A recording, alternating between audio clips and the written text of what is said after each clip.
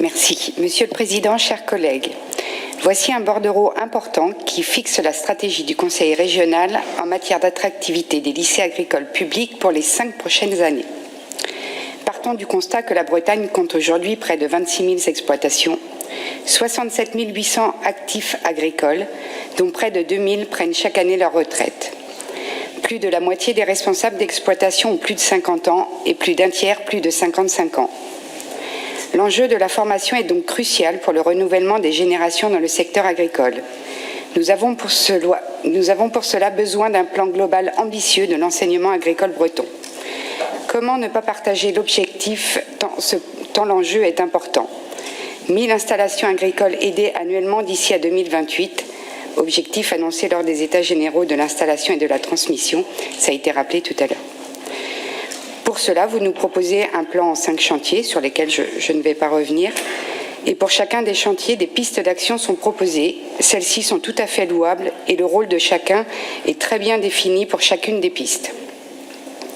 Nous nous réjouissons donc de la volonté du Conseil régional d'intégrer l'enseignement agricole public dans sa démarche pour le renouvellement des générations dans le secteur agricole.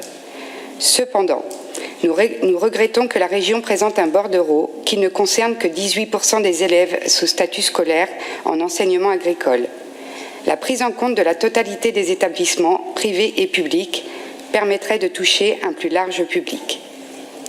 Un plan de communication commun nous semble effectivement nécessaire à l'enseignement agricole public. Cependant, l'objectif n'est-il pas d'attirer le plus grand nombre et de développer l'attractivité de l'offre de formation agricole bretonne dans sa globalité? Dans le bordereau, il est également question de la concurrence entre certains établissements, parfois même au sein d'un même réseau. Il nous semble nécessaire d'établir une stratégie plus globale et collective où les établissements, qu'ils soient publics ou privés, pourraient être complémentaires. Mutualiser les différentes actions d'attractivité nous semble nécessaire. Nous avons bien conscience que chacun des réseaux se doit d'avoir une communication, une entité propre. Cependant, il serait dommageable d'accentuer la concurrence entre les établissements, alors même que l'objectif est le renouvellement des générations. Les apprenants, qu'ils soient issus de l'enseignement public ou privé, peuvent nous permettre d'atteindre ces objectifs. Enfin, les lycées agricoles ont la particularité de devoir disposer d'internats dont la rénovation est devenue plus coûteuse avec l'inflation et l'augmentation des coûts des matériaux, mais obligation en raison de la loi tertiaire.